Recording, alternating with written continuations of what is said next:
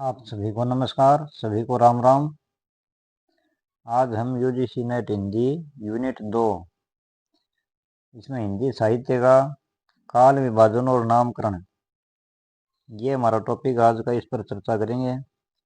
इसमें क्या क्या शामिल है, आदिकाल की विशेषताएं और प्रवृत्तियां, आदिकाल की प्रमुख रचनाएं और रचनाकारों पर चर्चा करेंगे, फिर एमसीक्यू हल करेंगे।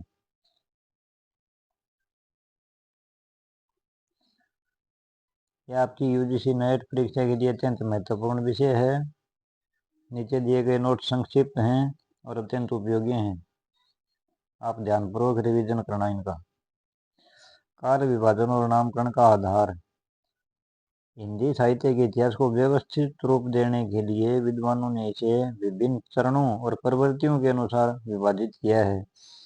नामकरण का आधार प्राय प्रमुख कवि, ऐतिहासिक घटनाएं, सामाजिक चेतना, धार्मिक धाराएं और भाषा का स्वरूप रहे हैं। प्रमुख इतिहासकारों का काल विभाजन। इसमें पहले नंबर पर जॉर्ज ग्रियर्सन है। इन्होंने सर्वप्रथम प्रयास किया अपने पुस्तक modern vernacular literature of Hindustan, इसमें इन्होंने 11 खंडों में विभाजित किया है। चारण काल 700 ईस्वी से 1300 ईस्वी तक, और अन्य खंड हैं 15वीं शताब्दी का धार्मिक पुनर्जागरण, जायसी की प्रेम कविता, ब्रज का कृष्ण, मुगल दरबार, तुलसीदास, रीति काव्य, तुलसीदास के अन्य प्रवृत्ति कवि, 18वीं शताब्दी कंपनी शासन में हिंदुस्तान और महारानी विक्टोरिया के शासन में हिंदुस्तान। इस प्रकार इसको इन्होंने 11 खंडों में विभाजित किया है। इसके बाद मिस्र बंधुओं ने इन्होंने काल विभाजन को अधिक व्यापक और वैज्ञानिक बनाने का प्रयास किया। आरंभिक काल पूर्व आरंभिक 700 ईस्वी से 1343 ईस्वी तक, और उत्तर आरंभिक 1344 से 1444 ईस्वी तक। मतलब विक्रमी संवत लिखा है। विक्रमी संवत में 57 वर्ष घटाएंगे तो ईस्वी सन आ जाएगा। फिर माध्यमिक काल पूर्व माध्यमिक 1445 से 1560 विक्रमी संवत। फिर प्रौढ़ माध्यमिक 1561 से 1680। अलंकृत काल मतलब रीति काल पूर्व अलंकृत काल 1681 से 1790 विक्रमी संवत, और उत्तरालंकृत 1791 से 1899। फिर परिवर्तन काल 1890 से 1925, और वर्तमान काल मतलब आधुनिक काल 1926 विक्रमी संवत से अब तक। मिस्र बंधुओं ने ये माना है। इसके बाद आते हैं आचार्य रामचंद्र शुक्ल। सर्वमान्य विभाजन, इनके द्वारा जो विभाजन किया गया कालक्रम का वो सर्वमान्य है। शुक्ल जी ने साहित्य की प्रवृत्तियों के आधार पर 4 प्रमुख काल निर्धारण किए हैं। आदि काल को इन्होंने वीर गाथा काल नाम दिया है, संवत 1050 से 1375। फिर भक्ति काल 1375 से 1700। फिर रीति काल 1700 से 1900, और गद्य काल 1900 से अब तक। इनके बाद आते हैं डॉक्टर राम कुमार वर्मा। वर्मा जी ने आदिकाल को 2 भागों में बांटा है, संधि काल और चारण काल। संवत 750 से 1000 ईस्वी, और संवत 1000 से 1375 ईस्वी। भक्ति काल, रीति काल और आधुनिक काल ये शुक्ल जी के समान ही हैं इनके भी। आदिकाल के विभिन्न नाम परीक्षा हेतु विशेष परीक्षा में कई बार आ जाते हैं कि बीजोपन काल नाम किसने दिया, तो ये हमें अच्छी प्रकार याद कर देना है।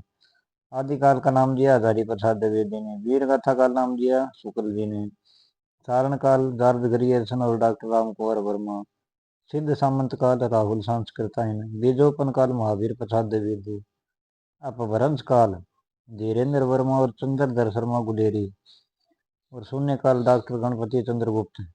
Very important. भक्ति काल सवर्ण युग, आचार्य शुक्ल ने इसे हिंदी साहित्य का सवर्ण युग कहा। इसका विभाजन कैसे किया, निर्गुण धारा और सगुण धारा 2 भागों में इसका विभाजन किया। निर्गुण धारा में भी 2, ज्ञानाश्री और प्रेमाश्री 2 शाखाएं हैं, और सगुण धारा में भी 2 हैं, राम भक्ति और कृष्ण भक्ति। रीतिकाल का नामकरण विवाद। रीतिकाल नाम दिया रामचंद्र शुक्ल ने, अलंकृत काल मिश्र बंधुओं ने नाम दिया, और इसका श्रृंगार काल नाम दिया विश्वनाथ प्रसाद मिश्र ने, और कला काल डॉक्टर रमाशंकर शुक्ल रसाल ने नाम दिया है। रीतिकाल को। और वर्गीकरण, रीतिकाल का वर्गीकरण 3 तरह से होता है: रीतिबद्ध, रीति सिद्ध और रीति मुक्त।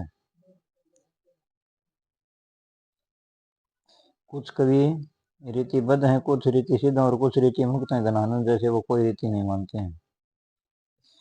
आधुनिक काल का उपविभाजन, डॉक्टर नगेंद्र के अनुसार परीक्षा की दृष्टि से आधुनिक काल के उपचरण बहुत महत्वपूर्ण है। पुनर्जागरण काल भारतीय हिंदू युग है, 1857 से 1900 ईस्वी। ये ईस्वी आगे पहले विक्रमी संवत था। जागरण सुधार, द्विवेदी युग 1900 से 1918। छायावाद 1918 से 1938। छायावाद उत्तरकाल, छायावाद के मतलब बाद का काल, 1938 से 53। प्रगति प्रयोग काल। और नवलेखन काल है 1953 से अब तक।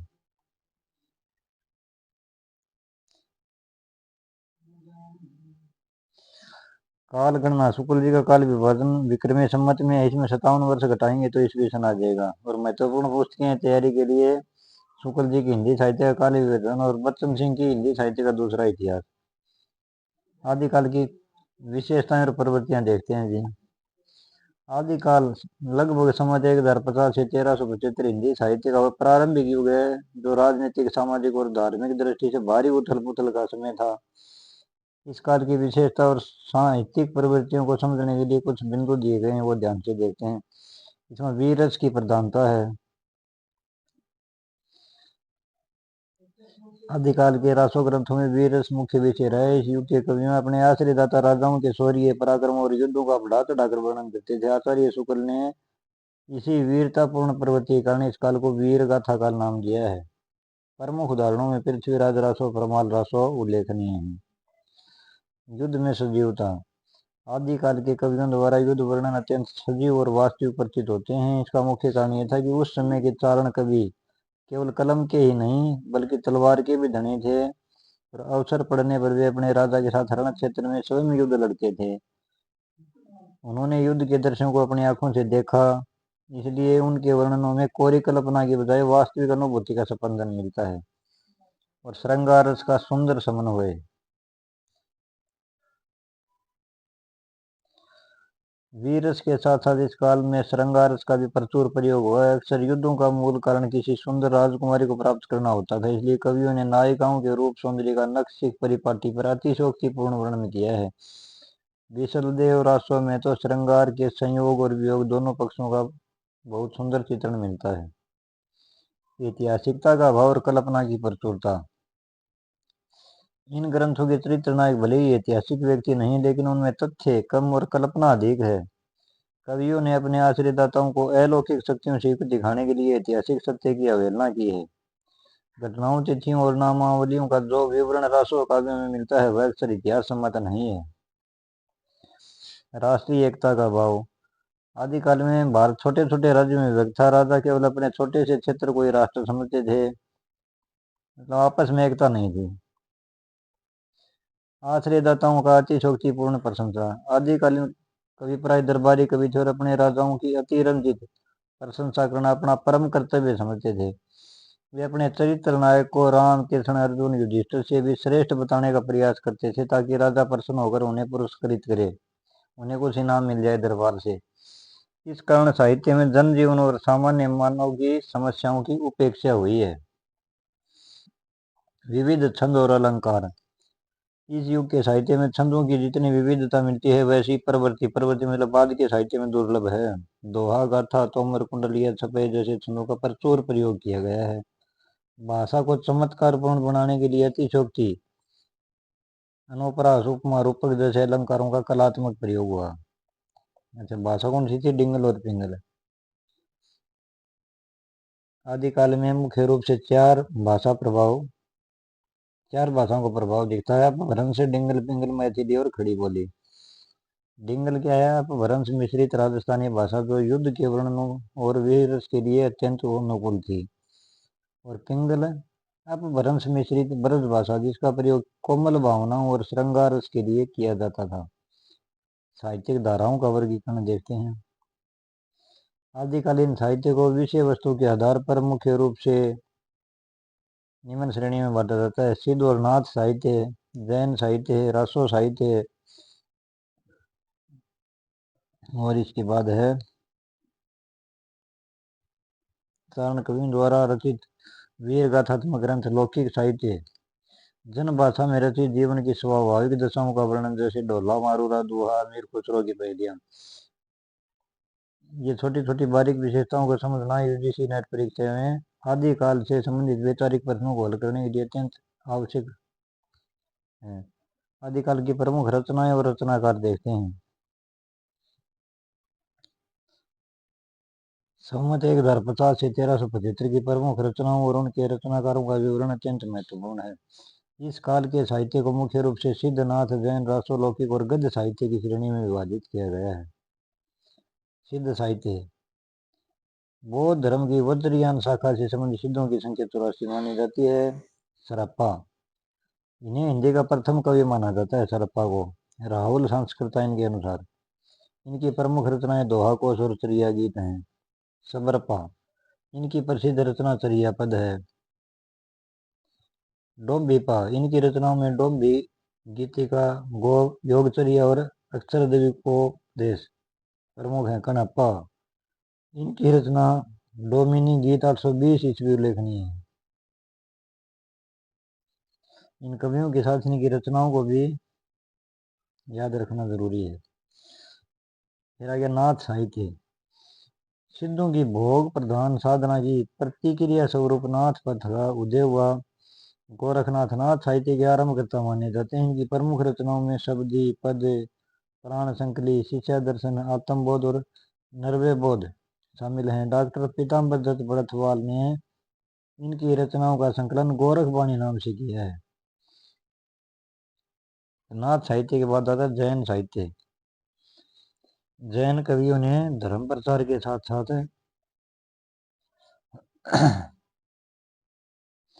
उच्च कोटि के चरित्र काव्यों की रचना की। देवसेन, इनकी रचना श्रावकाचार 933 ईस्वी में 250 दोहों का श्रावक धर्म का वर्णन है। शालिभद्र सूरी, इनकी रचना भरतेश्वर बाहुबली रास 1184 ईस्वी की। इसको डॉक्टर गणपति चंद्रगुप्त ने हिंदी का प्रथम रास काव्य माना है। इसको भरतेश्वर बाहुबली को। फिर आता आसगु कवि, इनकी प्रसिद्ध रचना चंदन बाला रास 1200 ईस्वी एक लघु खंड काव्य है। फिर इसके बाद विजय सेन सूरी, इन्होंने रेवंतगिरी रास 1231 ईस्वी की रचना करी। फिर जैन साहित्य के बाद आता है रासो साहित्य। रासो साहित्य के कवि चंद्रबरदाई, इन्होंने हिंदी का प्रथम महाकाव्य पृथ्वीराज रासो रचा, जिसमें पृथ्वीराज चौहान के शौर्य का वर्णन है। फिर नरपति नाल, इन्होंने विशल देव रासो की रचना की 1155 ईस्वी में। ये एक विरह प्रधान वीर गीत काव्य है। फिर जगनेक, इनका है परमाल रास वाला खंड। फिर दलपति विजय, इनकी रचना खुमान रासो 9वीं शताब्दी में चित्तौड़ के राजा खुमान के युद्धों का वर्णन है। फिर नल सिंह, इन्होंने विजयपाल रासो की रचना की।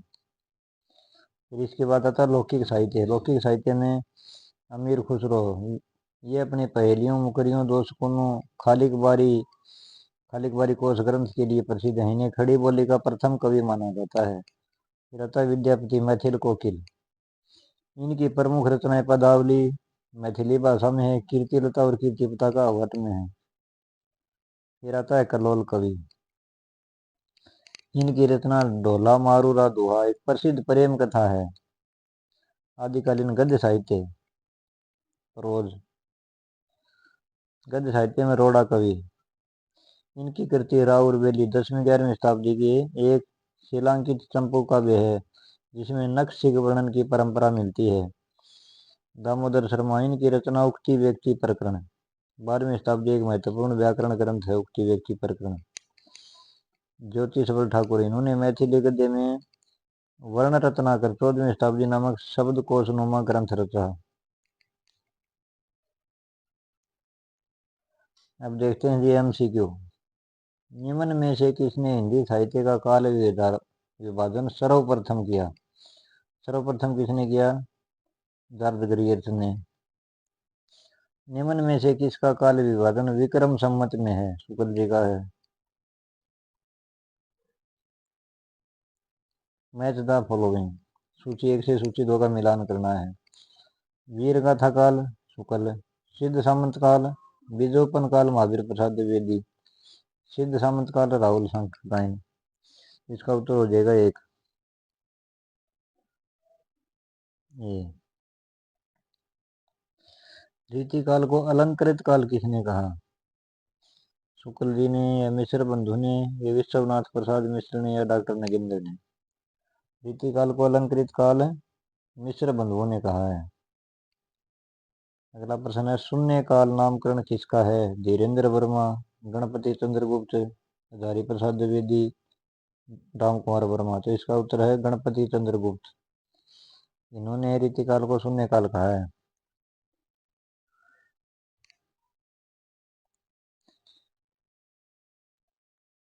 निम्न कथनों पर विचार करें। आदिकाल में वीर रस की प्रधानता है। रासों का वे पूर्णतः ऐतिहासिक हैं। नहीं, पूर्णतः ऐतिहासिक नहीं है, काल्पनिक है आधे से अधिक। चारण कवि युद्ध में भाग लेते थे, ये भी सही है। सही विकल्प चुने 1 और 3। इसका उत्तर है 1 और 3। डिंगल भाषा का प्रयोग मुख्यतः किसके लिए हुआ? वीर रस, श्रृंगार, गद्य। इसका उत्तर है वीर रस के लिए। गोरखवाणी का संपादन किसने किया? डॉक्टर पीताम्बर दत्त बड़थवाल ने।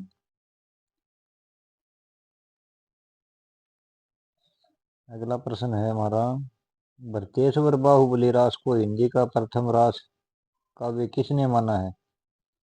डॉक्टर गणपति चंद्रगुप्त ने माना है।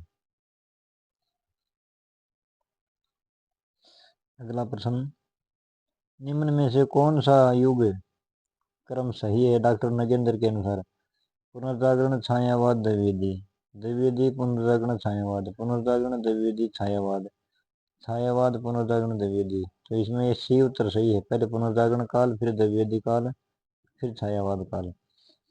परीक्षा में अक्सर इन रचनाओं के कालक्रम और उनकी भाषा, डिंगल पिंगल मैथिली वर्ष से संबंधित प्रश्न पूछे जाते हैं। तो ये थी आज की हमारी क्लास। अगर आपको वीडियो पसंद आई हो, आपके लिए उपयोगी हो, तो कृपया लाइक, शेयर और सब्सक्राइब कर दें जी। आप सबका धन्यवाद।